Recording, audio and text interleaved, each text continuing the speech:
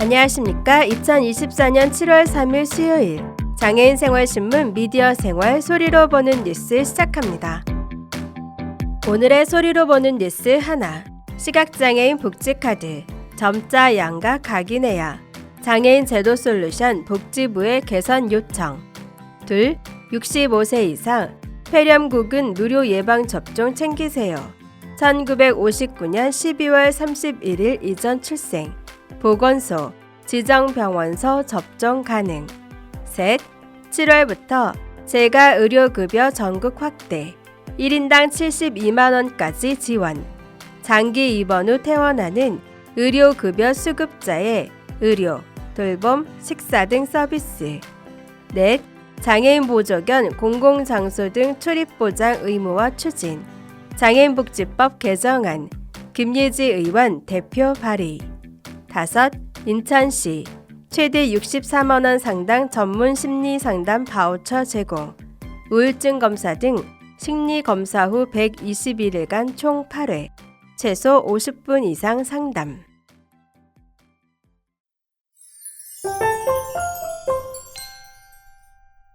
첫 번째 소식입니다. 시각장애인용 복지카드의 점자 양각, 각인이 반드시 필요하다는 주장이 제기됐습니다. 눈을 감고 지갑에 있는 카드를 만졌을 때 그게 무슨 카드인지 식별 가능한 경우는 과연 얼마나 될까? 한두 개 정도일 것입니다. 촉감만으로 어떤 카드인지 식별하기는 매우 힘듭니다. 그런데 촉각만으로 무슨 카드인지 알아야 하는 사람들이 있습니다. 바로 시각장애인입니다. 특히 복지카드는 시각장애인을 비롯한 모든 장애인에게 신분증으로서 역할을 하고 있습니다. 뿐만 아니라 일부 공공요금도 할인받을 수 있고 편의 지원을 받는 등 매우 중요한 카드 중 하나입니다. 시각장애인의 경우 점자 신청을 하면 복지카드에 투명 PVC 필름으로 된 점자 스티커가 부착됩니다. 사용하다 보면 쉽게 마모가 되어버려 복지카드 확인이나 중요한 정보 등을 식별하기가 어려운 불편이 생깁니다. 점자 스티커로 카드 정보를 식별하지 못하면 결국 타인의 눈과 입을 빌리곤 하는데 이는 개인정보 유출이라는 심각한 우려를 낳기도 합니다. 시각장애인 중 점자를 읽을 줄 아는 사람은 생각보다 흔합니다. 2020년 장애인 실태조사에 따르면 약 30만 명의 시각장애인 중 시력에 장애가 있는 사람은 88.3%로 대다수를 차지하고 있으며 점자 해독 가능한 시각장애인은 6.9%, 점자를 배우고 있는 시각장애인은 2.7%입니다. 쉽게 말해 10명 중 1명은 점자를 읽을 수 있는 것으로 파악됐습니다. 반면 삶의 질 향상과 문화격차 완화를 위해 기초생활수급자, 차상위 계층을 대상으로 문화예술, 국내 여행, 체육활동을 지원하는 카드인 문화놀이카드나 일부 금융카드는 카드 번호나 유효기간 등이 양각 각인돼 나와 손으로 식별 가능할 뿐 아니라 마모 우려도 없습니다. 모든 카드가 점자 양각 각인이어야 할 필요는 없지만 시각장애인에게 가장 기본적인 신분증이자 금융카드이기도 한 복지카드만큼은 양각 각인이 적용될 필요가 있습니다. 이에 장애인제도 개선 솔루션은 보건복지부 장애인 정책과의 시각장애인이 복지카드 점자 신청 시 양각 각인, 복지카드 표시, 신용 및 체크카드 시 카드 번호 표시 할 것을 요청했다고 밝혔습니다. 다음 소식입니다. 인천시는 건강을 위해 65세 이상 어르신은 가까운 보건소 및 지정의료기관에서 폐렴구균 23과 다당 백신 PPSV23을 접종할 것을 6월 26일 당부했습니다. 폐렴구균은 급성 중이염, 폐렴, 균열증 수막염 등 침습성 감염 질환을 일으키는 주요 원인균 중 하나이며 폐렴구균 감염으로 균열증이 진행되는 경우 노인 치명률은 60%까지 증가하는 등 침습성 폐렴구균 감염증은 65세 이상에게 치명적입니다. 또한 2023년 전국 폐렴구균 감염증 발생 신고 총 432명 중 65세 이상이 244명, 56.5%로 대부분을 차지하고 있으며 연령이 증가할수록 환자 발생이 증가하는 양상을 보이고 있습니다. 질병관리청에서는 어르신의 침습성 폐렴구균 감염증 예방을 위해 2013년 5월부터 폐렴구균 23가 다당 백신 PPSV23 예방접종을 실시하는 어르신 폐렴구균 국가 예방접종 지원 사업을 추진하고 있습니다. 폐렴구균 23가 다당 백신 PPSV23 예방접종을 하지 않은 1959년 12월 31일 이전 출생자 2024년 기준은 건강 상태가 좋을 때 가까운 지정 의료기관 및 보건소를 방문해 무료 1회로 맞으면 됩니다. 지정 의료기관은 예방접종 도우미 누리집에서 확인 가능합니다. 다음 소식입니다. 보건복지부는 지난 2019년부터 시범사업으로 운영해온 재가의료급여 사업을 7월부터 본사업으로 전환해 전국 229개 지역으로 확대한다고 6월 30일 밝혔습니다. 재가의료급여 사업은 장기간 입원 후 퇴원하는 의료급여 수급자에게 의료, 돌봄, 식사 등 필요한 서비스를 제공해 원활한 지역사회 정착을 지원하는 사업입니다.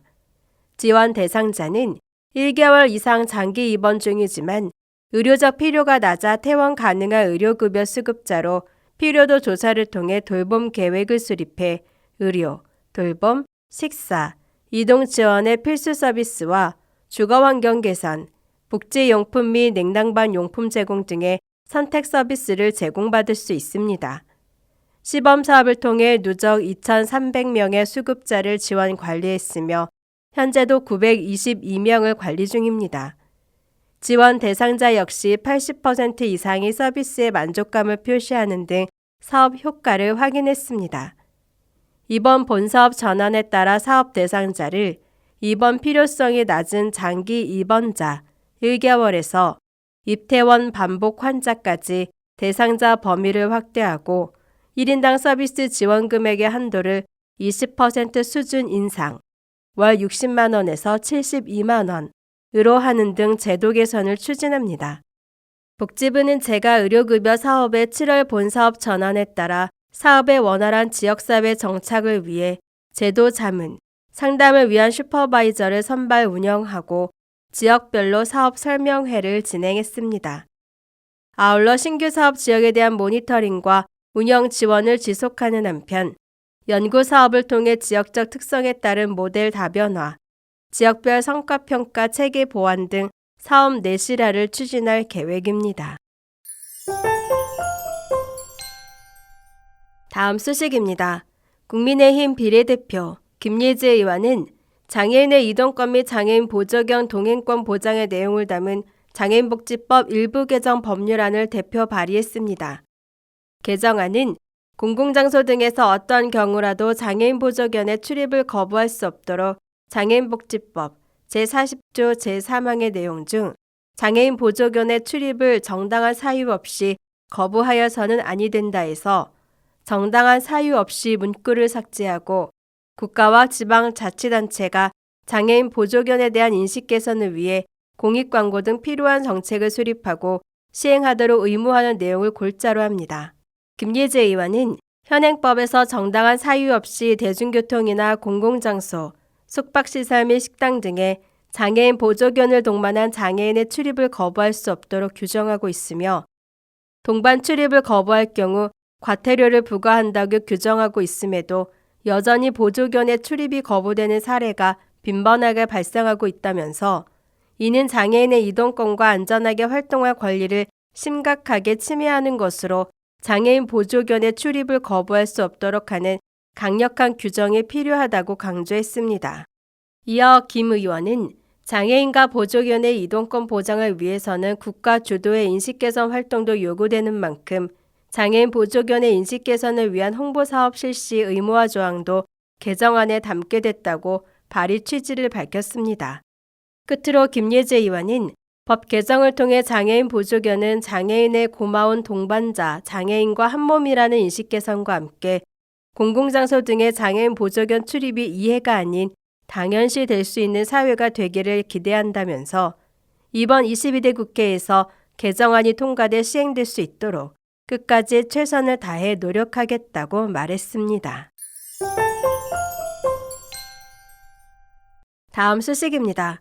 인천광역시는 오늘 7월 1일부터 우울 불안 정서적 고위험군 시민에게 최대 64만 상당의 전문 심리상담 바우처를 제공하는 전국민 마음 투자 사업을 본격 시행한다고 밝혔습니다.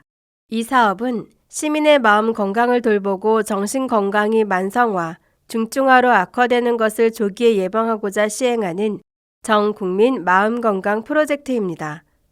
인천시는 올해 6,700여 명에게 이 서비스를 제공할 계획으로 국비를 포함해 약 35억 원의 예산을 확보했습니다. 우울, 불안 등 정서적 어려움이 있는 시민 중 시와 각 군구에서 운영하는 정신건강복지센터, 대학교 상담센터, 청소년 상담복지센터, 교육청에서 운영하는 WEE, 위센터, 위클래스, 정신의료기관에서 심리상담이 필요하다고 인정한 사람, 국가정신건강검진 결과, 영어 대문자 PHQ, 줄표 숫자 9에서 중간 정도 이상의 우울 10점 이상이 확인된 사람, 자립준비청년 및 보호 연장 아동 등이 서비스를 이용할 수 있습니다.